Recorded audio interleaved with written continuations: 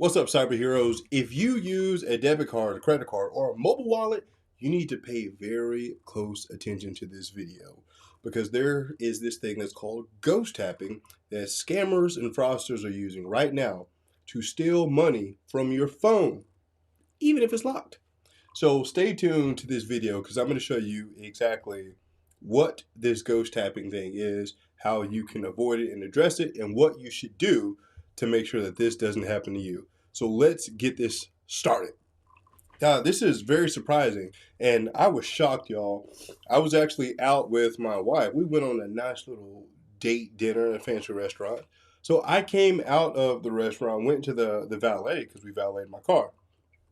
So I have some cash in my hand, and what happens is this valet was actually cashless. They did not accept cash, which was weird to me.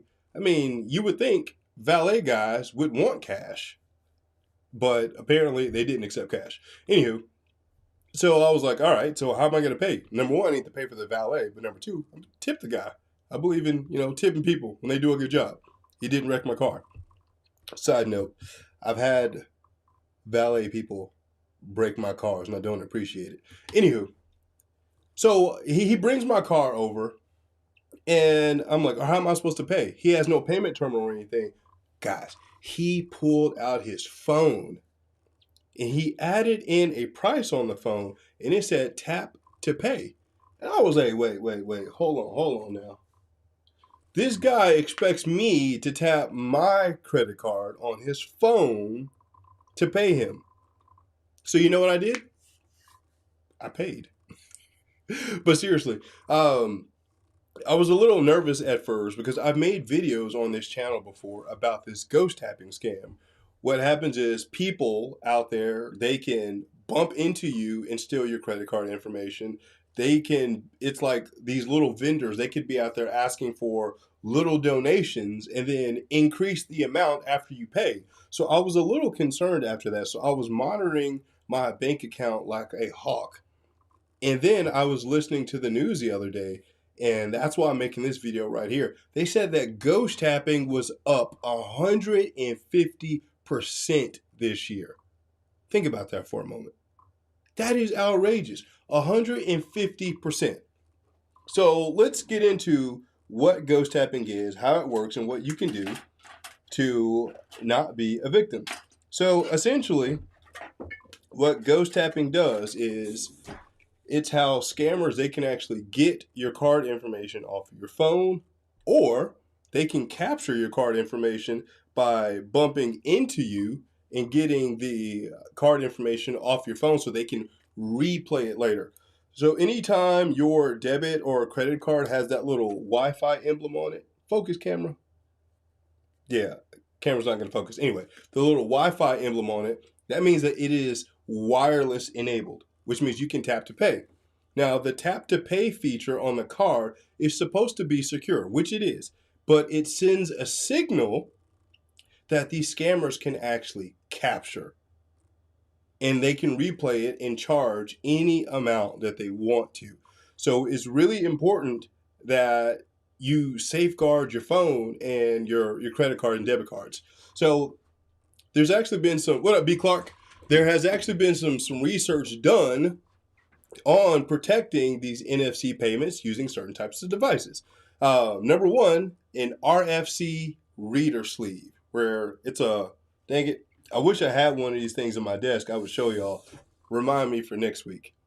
You actually put your card inside of this RFID sleeve, and it prevents these wireless waves that your card emits from getting sent over to the scammers. Number two, there is a RFID wallet. You can actually put your phone, your debit cards, credit cards inside of this wallet. The problem is these wallets work so well that you ain't gonna get no phone calls or text messages. It's like a mobile Faraday cage. So your phone's not gonna work in there. So those are the two top solutions for actually making sure that your card doesn't get ghost tapped. But being inside of locations with crowded people, these scammers can literally just walk through crowds and collect credit card information. Now, let me be real. Based on the way that this technology was built, this shouldn't be possible. Literally, it should not be possible. But that's what's happening right now.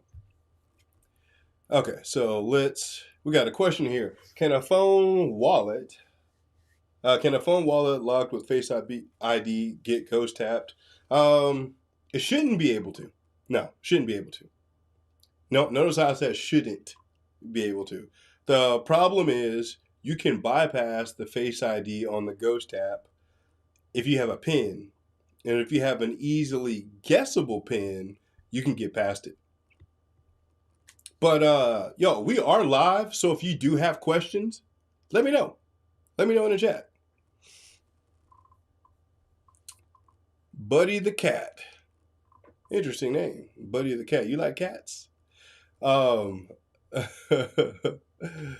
yeah, it's crazy out here. So I have it is very crazy out here. I've seen some demonstrations from some ethical hackers of how they would actually do ghost tapping, capturing the token that the card sends and then replaying it for a transaction. But here's the crazy thing. The transaction didn't ask them for a PIN or anything. The way that these scammers do this, it bypasses all security mechanisms. It's wild. Absolutely wild. But that just goes to show where we are with technology. It's like the more convenient things are, the more the hackers take advantage. So keeping my card in the sleeve doesn't help. It can help. You just need to confirm that the sleeve. Are you talking about the RFID sleeve? So during testing, we have determined that all RFID sleeves are not created equally. What I would recommend that you do in order to test if your RFID sleeve is working correctly, put your card in the sleeve and then try to pay at a terminal and see if it makes any sound. If it doesn't, if the terminal doesn't see it, then you know that you're good. Okay. Most of the RFID blocker wallets I've seen are tiny and seem like they would be easy to lose. Any options for us old heads who prefer? Yeah, man. When this video is over, I'll drop a link in the chat. What's pretty cool about this is they actually on Amazon they sell some mobile wallets that like fold, so you can actually put your phone on one side and your cards on the other, and then zip it. So that's an option. But it ultimately depends on what type of wallet you want to carry. But yeah, there's some options out there. Definitely. RFID sleeves does help enormously. Oh, absolutely. Absolutely. Yeah. Yeah, the worst time to find out is that you've been hit is, when you check your bank account and you see a whole bunch of money just gone. Like, hold on now. Hold on. That's what my grandpa would say. Bill folder, man, I miss him. My bill folder. But he kept a rubber band around his. I don't remember why he did the rubber band thing, but that rubber band ain't gonna help you with this one.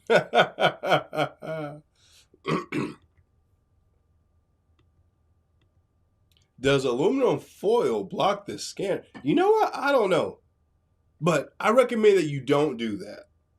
At least in public. If you're gonna put your card out. Somebody might try to have you committed.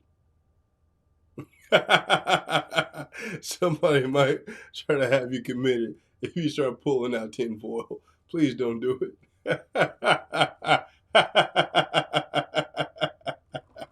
Hey, and I'm not laughing at you. I'm laughing with you. Oh goodness. Uh, hey, I'm just getting over a cold. My sense of humor is a little interesting, right? All right, y'all. Let me know what questions you have in the chat. I'll do my best to answer them and point you in the right direction. What you got? Sad time that we live in where we have to do stuff like this. Sad time. I got to the place where what you look like ah you look like what I don't know who that is. William Watt. Yeah, I don't know who that is. Said tinfoil cool double as That's so funny. Uh, they said the rubber band is to create extra friction for a pickpocket. Okay, okay. Yeah, I never got to the age where I could ask my grandpa what he did. I just remember him always unwrapping that thing when he would take us out to eat. Uh, is it better to use your PIN to tap to pay? You should actually never use your PIN. Never. There's only one scenario where I recommend you use your PIN, and that's when you walk into a bank branch and they ask you to confirm your account. When you're talking to the teller, you put your card into the POS system and then put in your PIN. But even that's crazy. You know what, y'all? Like, I should probably make a video about that too. Did y'all realize, like, they stopped asking for IDs inside of banks?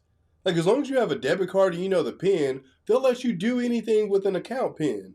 And that's why we have these scammers and fraudsters that are cloning people's credit cards, putting on makeup and wigs, and going into banks and draining people's bank accounts. Is that crazy? Did y'all know that?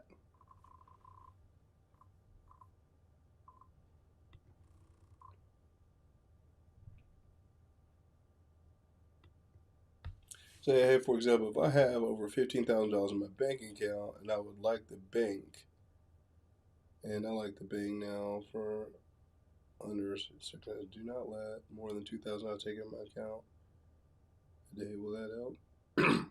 Yeah, you can set your limits. Set your limits, but everyone's limits should be based on your risk tolerance. Your risk tolerance. Like, for example, with my bank account, I can withdraw. I think it's like I can withdraw up to like $4,000 a day from an ATM, and for daily transactions, I have an absurd daily limit that is I won't even discuss, but it's absurd. But yeah, you got to do it to what your risk tolerance is. It's not so much important about how much money they can take, it's to be aware that it's happening. That's why I recommend monitoring every single transaction. Because I got hit for $40,000 one time, and the signs were there. I just didn't notice it. They started off with $1 charge, and then they went $2. Then they went to $5. Then they went to 100, and then they went to 200, and then it just kept creeping up until ultimately they hit me for $40,000.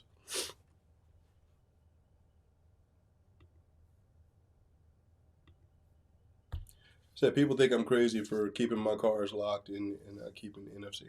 Hey, let them think that you're crazy, but at least you're not gonna go broke from getting hit by a scammer.